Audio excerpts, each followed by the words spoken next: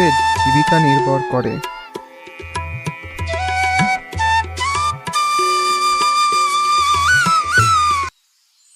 একদিন হঠাৎ মাধবের ভয়ঙ্কর এক অসুখ করে।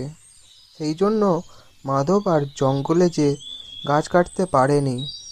এমনিতে মাধবের যা জমানো টাকা ছিল সেটা মাধবের চিকিৎসা করতেই সব শেষ হয়ে যায়। মাধবের ঘরে বাজার দোকান যা আছে সেটা যা হোক করে আর একটা দিন মাত্র চলবে। তখন মাধবের ছেলে তার মাকে বলছে, মা, আমি জঙ্গল যে কাঠ কেটে আসবো, যাতে সেটা বিক্রি করে আমাদের কিছু পয়সা উপার্জন হয়। তখন মাধবের স্ত্রী বলছে, না বাবা, তোমাকে জঙ্গলে যেতে হবে না, আমি যাই হোক করে সংসারটা চালিয়ে নেব। তুমি এখন ছোট, তুমি পড়াশোনা করো,